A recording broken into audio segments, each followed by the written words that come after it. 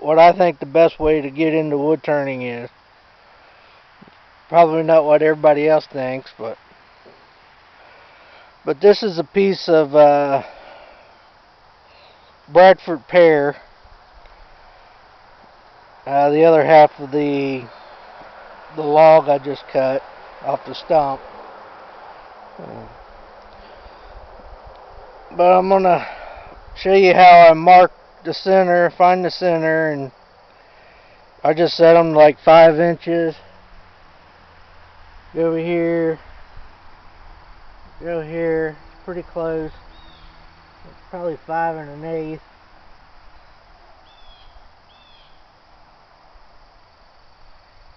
Yeah.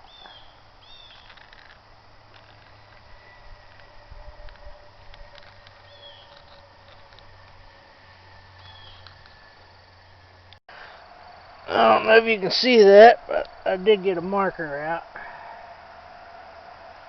Right here's the center, and right here is where the bowl is.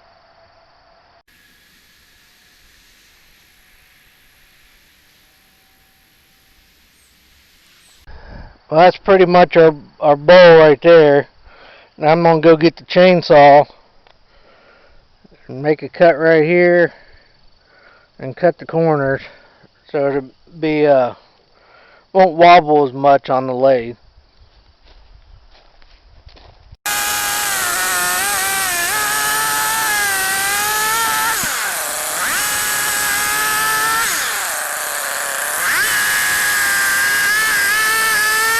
The first cut I did, it actually had a piece of bark in it. When I cut it, there was no piece of bark in it.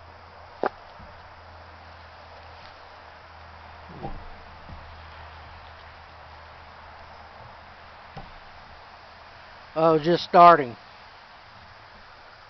So this piece might actually be a surprise in the wood to see what the bark actually did. So we might have a feature in the bowl that we didn't even realize until we cut it open. So next I'm going to drill a hole for a worm screw. We'll do that at the lathe. You know, I tell everybody when they're starting out, just go to Harbor Freight, get you a turning lathe. You can either get a bench top or a floor model. Just make sure whatever you put it on, you either mount it to the floor or to a workbench and add a lot of weight to it. The lathe I have, it's over 500 pounds and it still walks all over the place. Then the tools, this right here is a Benjamin. I think it was a 10 piece for 40-50 bucks off of Amazon. But it does have all your basic tools you need for spindle work. You can make some spindles or a mallet. Just something to learn. Then after that, you'll have to get you a... But when I started turning bowls back in February of 2019, the Benjamin set did come with a, I think it's a quarter inch bowl gouge, which this is what I started off turning bowls till I got a feel for it, because I've been turning for 20 some years, but the last time I turned anything was like 2010, so that was 9 years. So that's why I went and bought a Harbor Freight turning lathe. Make sure you do get the insurance on the lathe though. because I rattled that thing apart, broke it. But the roughing tool I have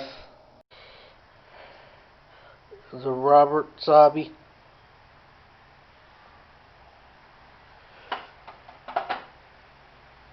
It's a 1/2 inch bowl gouge, and I use a rough um,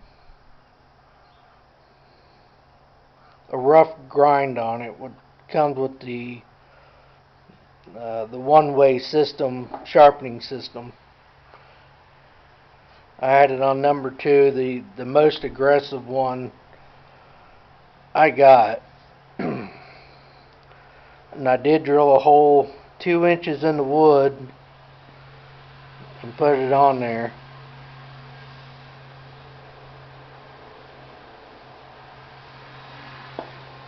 That's for this one.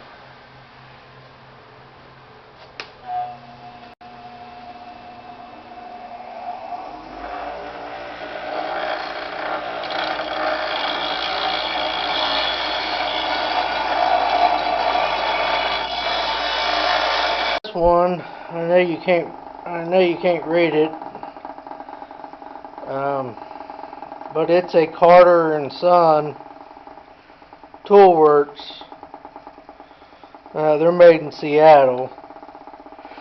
I do like this. It is weighted pretty good, but it only has a 3/8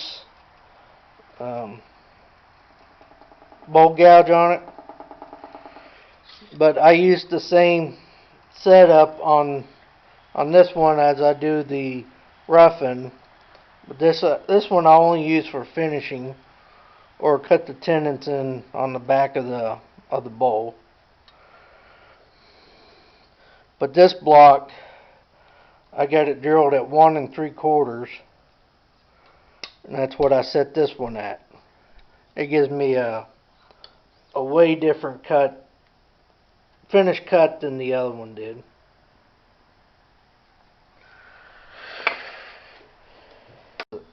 A Nova.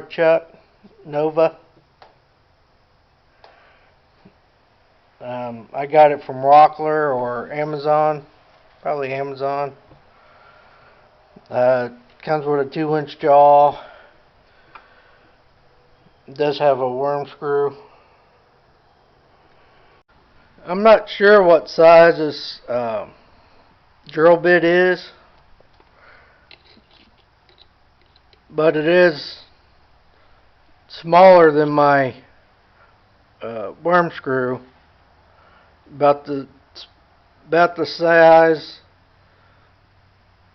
of the shaft on the screw, without the screw part. That makes sense. Let's drill a hole. As you can see, I don't really need go all the way back to where the tape is.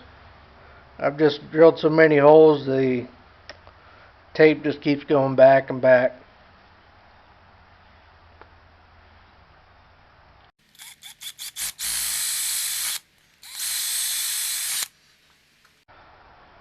And basically, when you look at this, it's got 2 flat spots here and 2 flat spots here.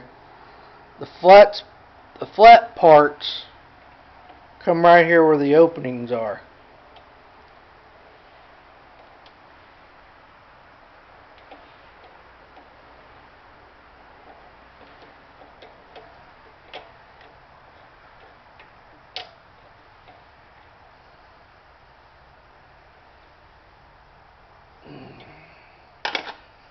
And don't be afraid to crank it down, because the last thing you want is a piece go flying off.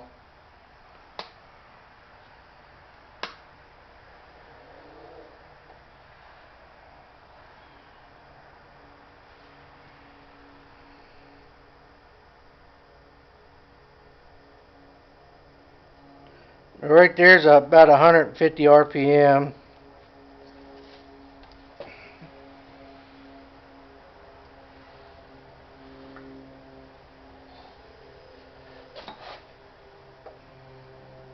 your tool rest to where it won't hit the piece of wood,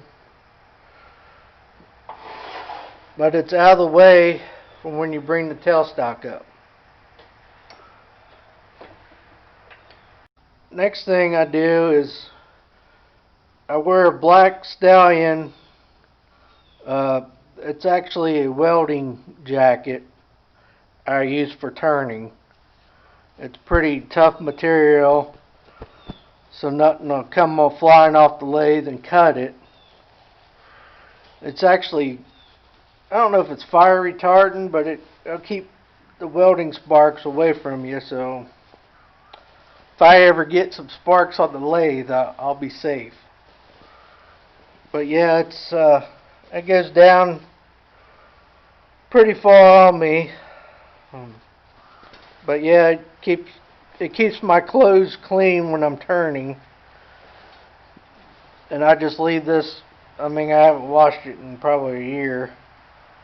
You can see I've already got holes worn in it. And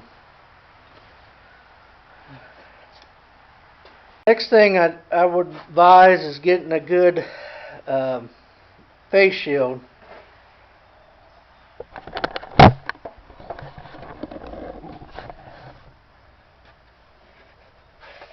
I like the ones that wrap around your mouth area.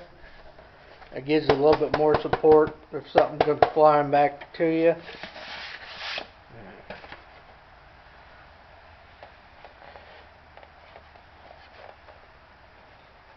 But this, I try to keep one for wood and one for epoxy, because epoxy, it's just messy. I wish there was an easy way to do epoxy. I just don't care to turn much epoxy, as it just gets everywhere. But yeah, I got these off of Amazon. I think they're $25 or $30. Then you can also buy the replacement glass when they get real dirty. I think they're like $5 a piece. This right here is my old one. But yeah, the epoxy, that's what it does to them. And it's a booger to get off. It's easier to just pay $5 and replace it. But yeah, you can see something came toward me one time.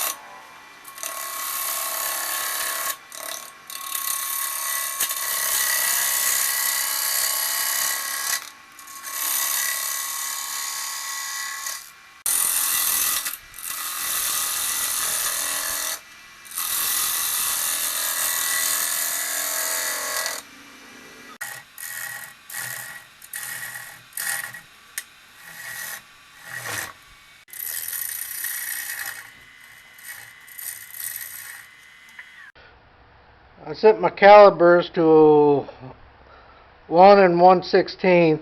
That give me 2 1/8 inch insert for me to flip it around for my chuck.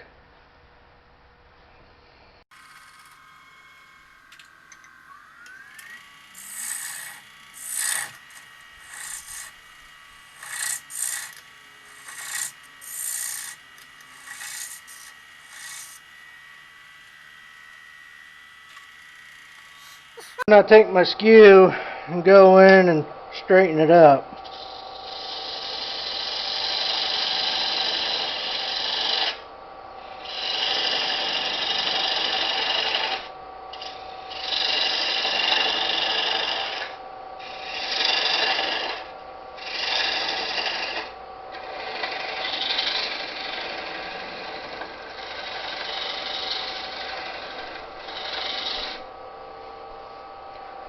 Now for the sides right here, since mine jaws are tapered like a dovetail, I hold my tool at an angle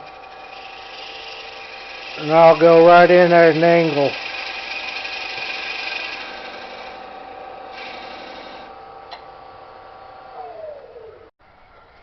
Guess you can see that right now. That's kind of tapered in. But I like using these because it keeps the piece from flying off the lathe. A lot of turners I see, they stick them out and they go back and they cut it off on the lathe. It's pretty neat how they do it, but I never had much luck with them. The piece flipped around. It's ready to go.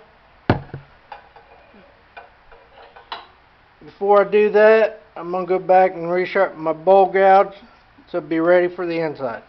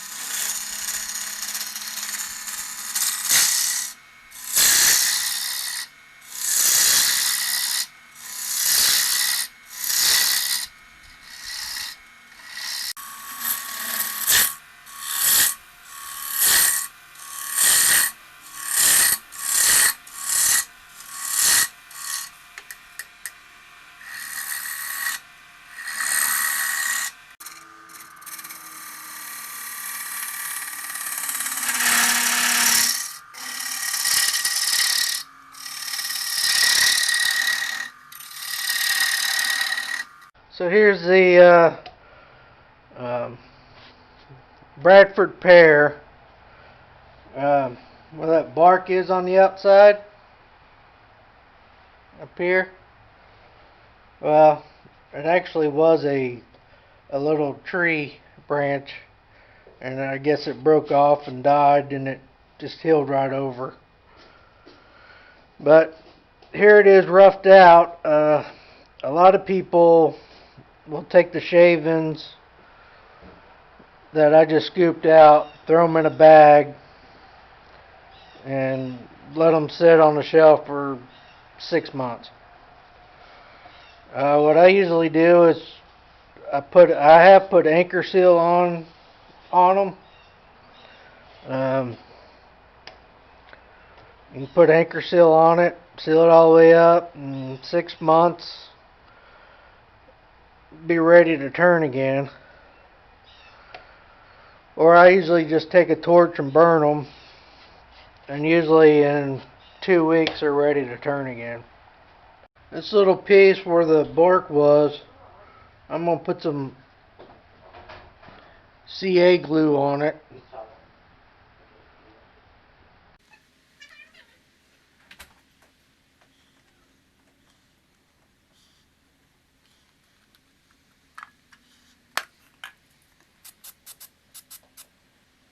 I put some anchor seal on it too.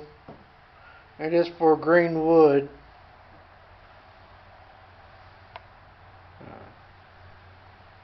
I think I got this off of Amazon last year.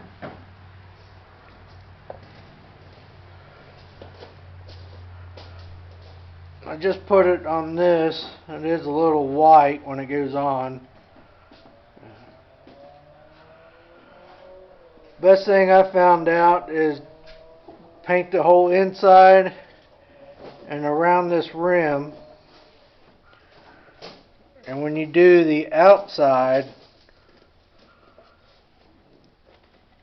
just leave a strip kind of down around the sides, so that way the moisture can wick out of it, as it is only for end grain.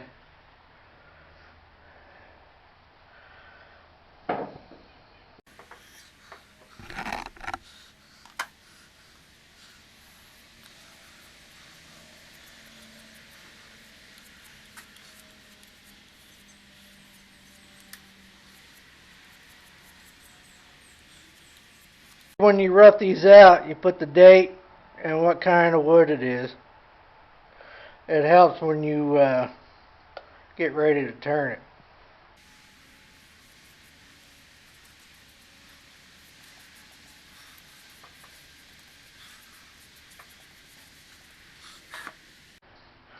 Now if you do get set up doing wood turning, the best thing to do is get you a tree and rough out about 20 of these bowls.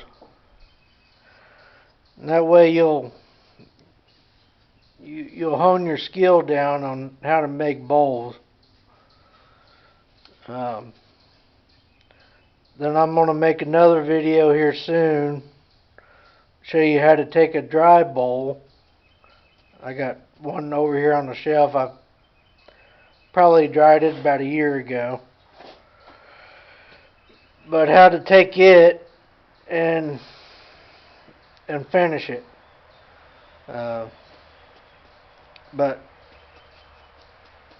I might be in here in a couple of weeks. But thanks for watching. Hit the like button if you like. Subscribe button if you're not a member. Comments are always welcome.